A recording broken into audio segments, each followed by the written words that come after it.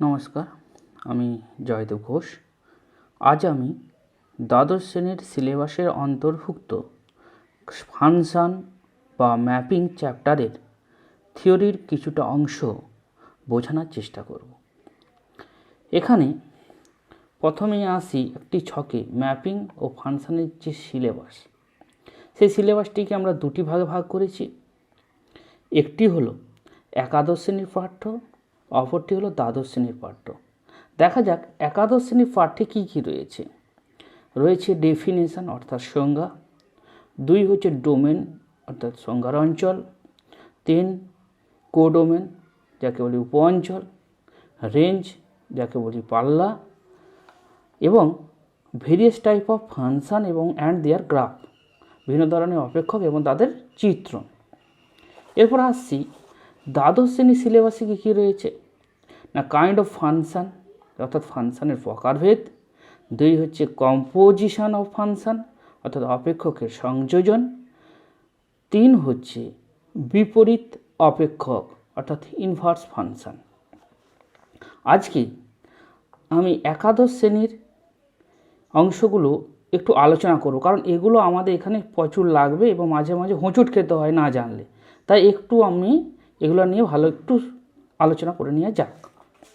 এরপরে আসছি যে ফাংশনের বা ম্যাপিংয়ের সংজ্ঞা নিয়ে। এই সংজ্ঞা দিতে গিয়ে আগে আমি একটি চিত্রণের মাধ্যমে বোঝানোর চেষ্টা করছি যে এই অংশটি হলো এ আর এই অংশটি হলো বি সেট, এদের মধ্যে সংযোগ রক্ষা করছে কে, এফ। তাহলে এখন যদি সংজ্ঞাটা এইভাবে দেওয়া যায় যে ফাংশন বা ম্যাপিং হলো একটা নির্দিষ্ট নিয়ম যা এ সেটের প্রত্যেকটি এলিমেন্টকে বি সেটের একটি নির্দিষ্ট এলিমেন্টে ম্যাপ করে।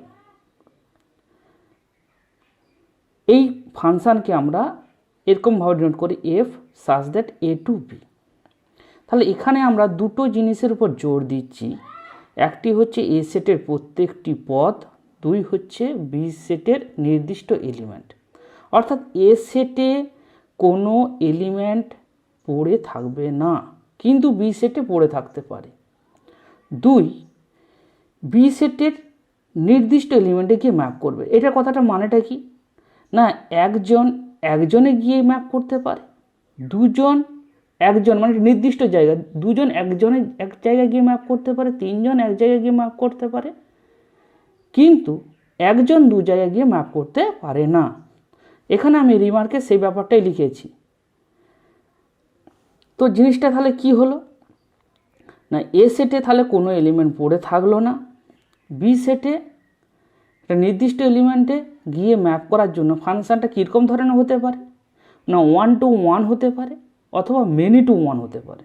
অর্থাৎ একজন একজনে যেতে পারে অথবা অনেকজন একজনে যেতে পারে, কিন্তু কখনোই একজন দুজনে বা 3 জনে অর্থাৎ একজন মেনি 1 to many হবে না। তো ব্যাপারটাকে এখানে আমি চিত্র নিয়ে বোঝানোর চেষ্টা করছি। দেখো এটা একটা মেনি টু 1 ম্যাপিং বা 1 to 1 ম্যাপিং যদি করো, এখানে কী হচ্ছে, 2 জন একজনে যাচ্ছে, একজন এখানে একজনে যাচ্ছে, এখানেও একজন একজনে যাচ্ছে। এটার একটা গ্রাফ আমি এঁকেছি, দেখো y = x² বা fx = x²। এই যে গ্রাফটা, এই গ্রাফে দেখো 1 পয়েন্টে যা কত হাইট 1 ইউনিট, -1 পয়েন্টও 1 ইউনিট, অর্থাৎ দুটো আলাদা পয়েন্ট কিন্তু একই ভ্যালু। তাহলে এটা একটা কিসের ফাংশন, কি ফাংশন উদাহরণ, মেনি টু 1। কিন্তু এখানে দেখো, এখানে আমরা যেখানে গেছি একজন দুজনে যাচ্ছে, তাহলে এটা একটা কি হচ্ছে 1 to many, যা অপেক্ষক নয়। যেমন এই একটা দেখো গ্রাফ, এই গ্রাফে কি হচ্ছে, এই পয়েন্টে আমরা দুটো হাইট পাচ্ছি, একটা পজিটিভ হাইট একটা নেগেটিভ হাইট। তাহলে একটা বিন্দুতে দুটো ভ্যালু পাচ্ছি, যা কখনোই অপেক্ষক হতে পারে না। এরপরে আসছি যে তাহলে রিলেশনের সঙ্গে ফাংশনের পার্থক্যটা কি না, রিলেশনের ক্ষেত্রে বারবার বলা হয়েছিল যে ডোমেনে অর্থাৎ এতে কোন এলিমেন্ট পড়ে থাকতে পারে, কিন্তু ফাংশনের ক্ষেত্রে ডোমেন অর্থাৎ এতে কোনো এলিমেন্ট পড়ে থাকবে না। দেখো এখানে চিত্রে দেখো এ ম্যাপ করছে, বি কিন্তু ম্যাপ করেনি ওখানে গিয়ে, সি ম্যাপ করছে, ডি ম্যাপ করে, ই ম্যাপ করেনি। কিন্তু ফাংশানের ক্ষেত্রে A B C D E সবাইকে ওখানে গিয়ে ম্যাপ করতে হচ্ছে। এটাই হলো basic difference between relation and function. তাহলে এখানে আমরা ব্যাপারটা একটু বলতে পারি যে সমস্ত রিলেশন মানেই ফাংশন, কিন্তু সমস্ত ফাংশন মানে রিলেশন নয়। আচ্ছা, এরপর আসছি যে ফাংশনের অংশগুলিকে নিয়ে ভাগ নিয়ে এর সেটটিকে বলা হয় ডোমেন অর্থাৎ সংজ্ঞার অঞ্চল, বি সেটটিকে বলা হয় কোডোমেন অর্থাৎ উপ অঞ্চল, আর বি সেটের মধ্যে যে অংশটাতে ফাংশনটি গিয়ে ম্যাপ করে তাকে বলছে রেঞ্জ বা পাল্লা। এখন যদি এক্স এলিমেন্টটা এফের মাধ্যমে ওয়াই গিয়ে ম্যাপ করে, তাহলে ওয়াই এলিমেন্টটাকে বলা হয় এক্সের ইমেজ অর্থাৎ প্রতিবিম্ব, আর এক্সটাকে বলা হয় ওয়াইয়ের ফ্রি ইমেজ অর্থাৎ প্রাক প্রতিবিম্ব। আমরা রেঞ্জ সেটটাকে এইভাবে ডিনোট করে থাকি। এরপর আসছি আমরা কতগুলো ফাংশন এবং তাদের লেখচিত্রগুলোকে নিয়ে। প্রথমে আসছি আইডেন্টিটি ফাংশন। না, আইডেন্টিটি ফাংশন হলো কীরকম না, এক্স নিলে আউটপুটটাও এক্স দেবে, অর্থাৎ 1 নিলে 1 দেবে, 2 নিলে 2 দেবে, 3 নিলে 3 দেবে, 4 নিলে 4 দিবে। তাহলে কি হচ্ছে না, তাহলে লেখচিত্রটা এরকম হবে, Y equal to X line 45 degree X অক্ষের সাথে 45 ডিগ্রি কোণ করে এরকম একটা লাইন পাবো। এরপর আসছি কনস্ট্যান্ট ফাংশন। সেটা কি না, F X equal to C, সব ভ্যালু কী করবে, একটা পয়েন্টে গিয়ে ম্যাপ করবে। 1ও গিয়ে একটা পয়েন্টে গিয়ে ম্যাপ করবে, 2ও গিয়ে একটা পয়েন্টে গিয়ে ম্যাপ করবে, 3ও গিয়ে একটা পয়েন্টে ম্যাপ করবে, 4ও গিয়ে একটা পয়েন্টে ম্যাপ করবে। এটা একটা কি ফাংশন না, এটা একটা মেনি টু ওয়ান ফাংশন, আর আগেরটা কি ছিল, 1 to 1 ফাংশন। তাহলে এই যে কনস্ট্যান্ট ফাংশন, এখানে ছবি লেখচিত্রটা এঁকেছি, দেখো এক্স যতই ভ্যারিয়েশান হোক না কেন, যতই বাড়ুক বা কমুক না কেন, সবসময় একই হাইট আছে, কোনো চেঞ্জ নেই, তাহলে এটা কনস্ট্যান্ট ফাংশন। এরপর আসছি পলিনোমিয়াল ফাংশন। পলিনোমিয়াল ফাংশনের কীরকম করা হয় না, এরকম a0 a1x a2x স্কোয়ার তারপর করে an x two the power n। এই এনটার উপর জোর দেওয়া হয়, N is non negative integer, মানে কখনোই নেগেটিভ ইন্টিজার হওয়া যাবে না, নন নেগেটিভ ইন্টিজার অর্থাৎ 0 হতে পারে, 1 হতে পারে, 2 হতে পারে, ঠিক আছে, কখনোই নেগেটিভ হওয়া যাবে না। আর a0 a1 এগুলোকে আমরা এগুলোকে রিয়েল নাম্বার আমরা প্রকাশ নিচ্ছি রিয়েল নাম্বার থেকে। একটা এক্সাম্পল নিয়েছি, এফ এক্স সমান x cube minus x square plus 2। দেখো এখানে দেখো এক্সের পাওয়ার 3, এটাও নন নেগেটিভ ইন্টিজার, এক্সের পাওয়ার এখানে কত 2, এটা নন নেগেটিভ ইন্টিজার। 2 এর সঙ্গে কী আছে, যদি ভাবি এক্স টু দি পাওয়ার 0, সেটাও দেখো এটা 0, নেগেটিভ নয়। তাহলে এটা একটা পলিনোমিয়াল ফাংশন। এইটাকে কীরকম করে এটা লেখচিত্র এঁকেছি, এটা এরকম একটা হবে। এরপর আসছি আমরা র্যাশনাল ফাংশন। র্যাশনাল ফাংশনটা কীরকম না, এরকম ভাগ আকার থাকবে F X by G X, অর্থাৎ উপরে একটা পলিনোমিয়াল, নিচে একটা পলিনোমিয়াল, কিন্তু নিচের পলিনোমিয়ালটা ডোমেনে কোনো পয়েন্টে 0 হওয়া যাবে না। যেমন এক্সাম্পল আমরা এফ এক্স সমান নিলাম 1/x, 1টা কি না, 1টা হচ্ছে কনস্ট্যান্ট পলিনোমিয়াল, এক্সটা কি, এটাও একটা পলিনোমিয়াল। তাহলে এটা লেখচিত্র কেমন পাবো, এরকম একটা পাবো। এরপর আসছি মডুলাস ফাংশন, ভীষণ ইম্পর্ট্যান্ট, আমাদের প্রচুর কাজে লাগে। না এটাকে কীরকমভাবে ডিনোট করা হয় না, এফ এক্স সমান মড এক্স। মড এক্সটাকে ভাঙছি কীভাবে দেখো, এক্স যখন পজিটিভ তখন পজিটিভ মডের মধ্যে পজিটিভ হলে কী বেরোবে, পজিটিভ ভ্যালু অর্থাৎ এক্স বেরোবে। এক্স যখন 0 তখন 0 দেবে। এক্স যদি নেগেটিভ হয় তাহলে পজিটিভ করতে গেলে সেই সংখ্যাটা কী করতে হবে, নেগেটিভ দিয়ে গুণ করতে হবে, মাইনাস এক্স। তাহলে এটা ছবি যদি আঁকি, তাহলে এক্স যখন গ্রেটার দেন 0 তখন এই যে একটা line Y equal to X line, 0তে 0, আর এক্স যখন লেস দেন 0 তখন Y equal to minus X line. তাহলে লেখচিত্রটা পাবো এরকম। এরপর আসছি সিগনাম ফাংশন। সিগনাম ফাংশনের নোটেশনটা কি না, এফ এক্স সমান লেখা হয় mod X by X, X যখন নট ইকুয়াল টু 0, 0 যখন এক্স ইকুয়াল টু 0। এটাকে আমরা উপরের পার্টটাকে যদি ভাঙি মডটাকে, দেখো আমরা কি শিখেছি, মড এক্স যখন গ্রেটার দেন 0 হয় তাহলে মড থেকে কী বেরোয় এক্স, নিচেরটা যেমন আছে তেমনই, আর এক্স যখন নেগেটিভ হয় উপরটা থেকে মড থেকে কত বেরোয় মাইনাস এক্স, আর নিচেরটা যেমন আছে তেমনই, আর এক্স ইকুয়াল টু 0 জন্য আলাদা করে ডিফাইন করা হয়েছে 0। তাহলে এটা ভাগ হয়ে গেল 1x/x 1 হলো, এটা ভাগ হলো -1 হলো, আর 0-তে 0। তাহলে এটার লেখচিত্রটা কীরকম পাবো আমরা?